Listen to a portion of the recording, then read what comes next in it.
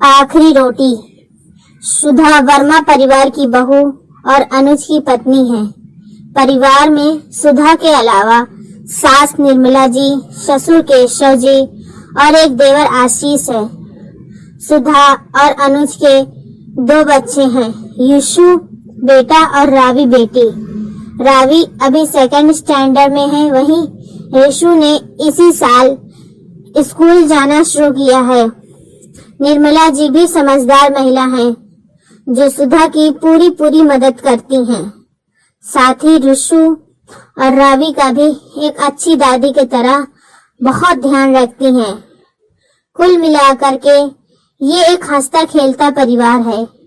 आज केशव जी की बड़ी बहन उनसे मिलने के लिए गांव से आ रही थी। केशव जी बहुत उत्साहित हैं। केशव जी अपनी बड़ी बहन को बहुत मानते थे। वे काफी समय बाद यहाँ कुछ दिन रुकने के लिए आ रही थी। आखिरी बार तो अनुज की शादी में ही रुकी थी, इसलिए सुधा ज्यादा कुछ नहीं जानती थी। बस इतना पता था कि बुआ जी यूं तो बहुत अच्छी हैं, लेकिन थोड़े पुराने ख्याल रखती हैं। रविवार का दिन था तो सब लोगों की छुट्टी थी। अनुज बुआ जी को लेने स्टेशन गया हुआ था, जो पीछे से निर्मला जी और सुधा ने उनकी पसंद का नाश्ता तैयार कर लिया। अनुज बुआ जी को लेकर घर आया तो सभी ने उनके पैर छुए।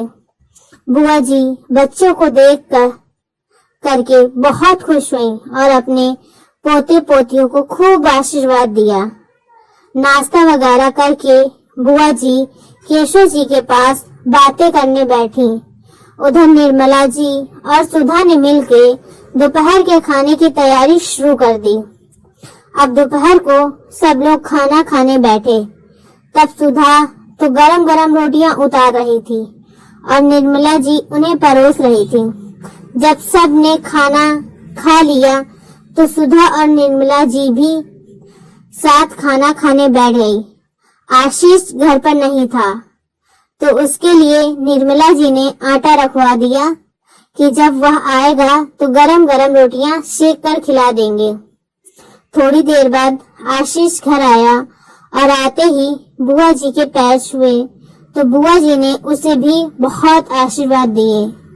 आशीष ने कहा, भाभी जल्दी से खाना लगा दो, बहुत भूख लग रही है।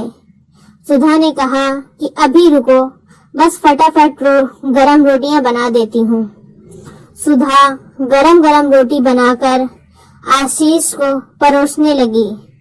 निर्मला जी की आदत थी, वह आटा उतना ही लगवाती थी जितना कि लोग खा सके।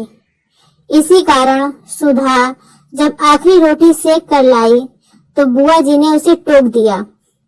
ये क्या सुधा, तुम आशीष को आखिरी रोटी दे रही हो? तुम्हें नहीं पता क्या, इस घर के पुरुषों को और बच्चों को आखिरी रोटी नहीं दी जाती।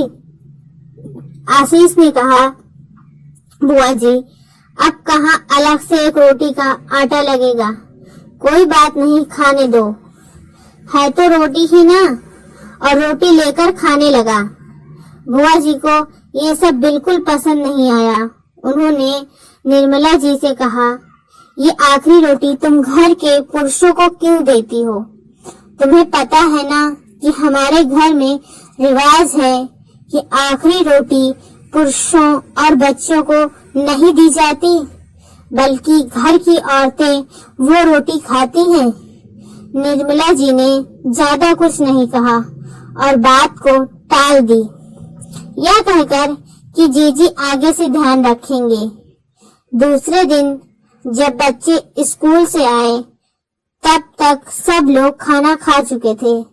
निर्मला जी ने रोज की तरह ही आटा रख दिया था। बच्चे जब घर आए तो उन्होंने कहा, दादी बहुत भूख लगी है।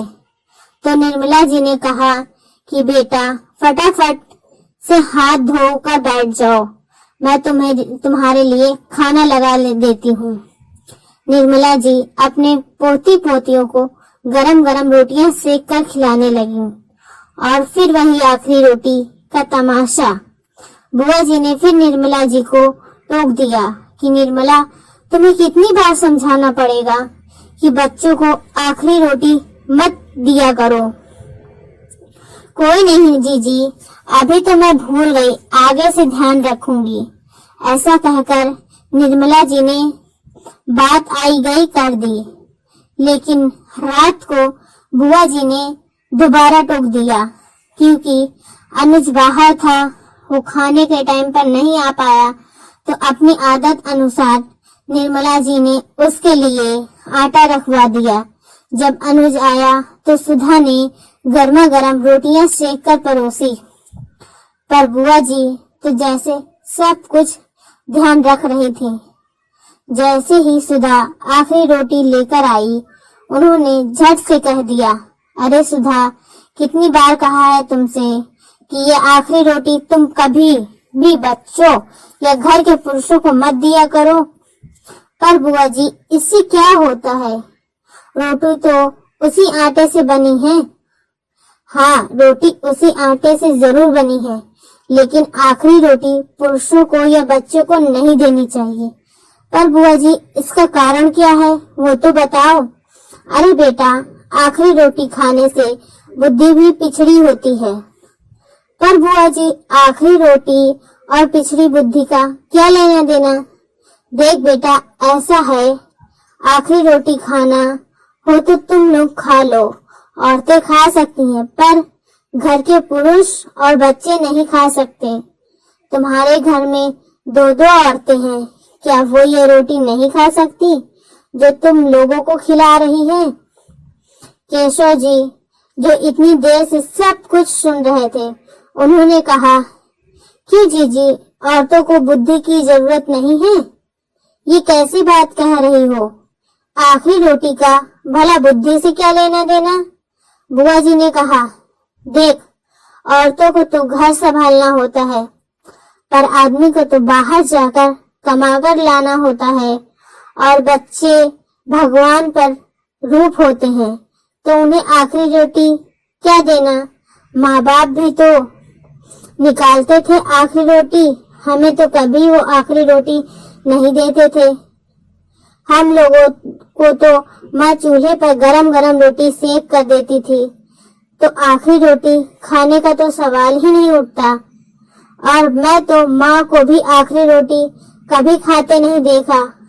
गांव में माँ बाबा आखिरी रोटी इसलिए रखते थे कि वो रोटी चौकीदारी करने वाले कुत्ते को दे दी जाए, क्योंकि वे उसे अपने घर का ही सदस्य मानते थे। मैं तुझसे बड़ी हूँ, लेकिन तू मुझे ही समझा रहा है जैसे तुझे बहुत पता है। हाँ जीजी, क्योंकि आपकी शादी 13 साल की उम्र में हो गई थी। आपको ज्यादा कुछ नहीं पता। माँ बाबा के साथ सबसे ज्यादा मैं रहा हूँ, इसलिए मुझे ये पता है कि ये कोई रिवाज नहीं है। कई बार हम कुछ चीजों को जाने बिना ही उन्हें रिवाज का नाम दे देते हैं, चाहे उसके पीछे कारण कुछ भी हो। अच्छा, जैसी तुम्हारी इच्छा। मुझे तो जो लगा मैंने वो कहा। सबके अपने घर का सिस्टम है। तेरी बात पर मैं अपने घर का रिवाज नहीं बदलूंगी। तेरे घर का तू जाने। बुआ जी ने हाथ खड़े करते हुए कहा। फिर क्या बुआ जी, जल्दी बताओ, सुधा कब से आखिरी रोटी लेकर खड़ी है, खाऊं कि नहीं खाऊं? अनुज ने कहा। हाँ हाँ, खा ले, मुझसे क्या पूछ रहा है? जो तुम्हारे घर का सिस्टम है वो कर। बुआ जी ने कहा, पर खुद को बदलना उन्होंने मुनासिब न समझा। आपको एक ऐसी कहानी कैसी लगी, कमेंट्स में जरूर बताएं, और मेरे चैनल सच्ची कहानियां जरूर सब्सक्राइब करें। Thank you.